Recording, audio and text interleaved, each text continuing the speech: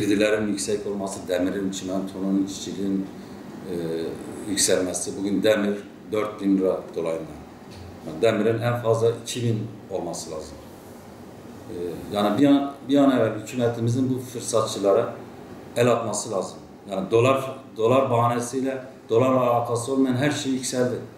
Yani orta direk bitti. Emlakçı olarak ben şu anda Adıyaman'da bu aylar içerisinde uzman çavuş tayinleri, polis tayinleri, öğretmen tayinleri, onlardan dolayı bir yoğunluk oluyor. İsterseniz de aramaya kalktığın zaman bulmak biraz güç oluyor. Yani şu anda yoğunluk, talep bayağı büyük. O da sebebi tayinlerden dolayı. Şu anda bir demir olmuş 4250-4500 tonu. İsterseniz yapsatçılarımız, müteahhitlerimiz şu anda durmuşlar, yapamıyorlar yani. Bayağı bir sıkıntı içerisinde, yüksek, aşırı derecede. Biz Adıyamanlı olarak bizim halkımız emlakçılara evlerini kiraya vermemekte direniyorlar. Halbuki bizlere verse biz daha rahat bir şekilde evlerini kiraya veririz, sözleşmelerimizi, kontratlarımızı sağlam yaparız, elektrik abonesi, su abonesi, doğal gaz abonesi. Bunların her şeysini yapıyoruz, ilgileniyoruz. Evi nasıl aldığımız zaman karşı tarafta kiracı çıktığı zaman da o şekilde devrediyoruz. Adıyaman'da kiralık ev sıkıntısı çekiliyor. Vatandaşlar bütçesine uygun ev bulamıyorlar. Demir ve çimentoya gelen zamlarla inşaat yapımını etkiledi.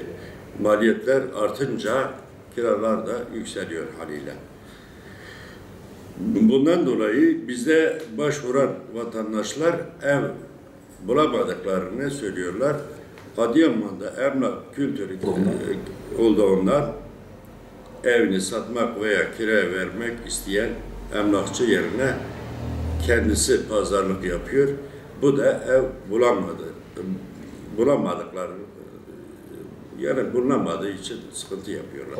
Şimdi ev sahipleri bize kiraya verecekleri yerleri bize getirseler biz onlara göre kiracı buluruz. Bir de kontratlarını yaparız, elektrik, su, işte doğal gazların şeylerini yaparız, sıfırlarız, veririz, kendisine bir sıkıntı çekmezler. Yani daireye göre adam veririz. Bu da her an komisyon vermemeleri için sıkıntı oluyor işte. Evet. Yani.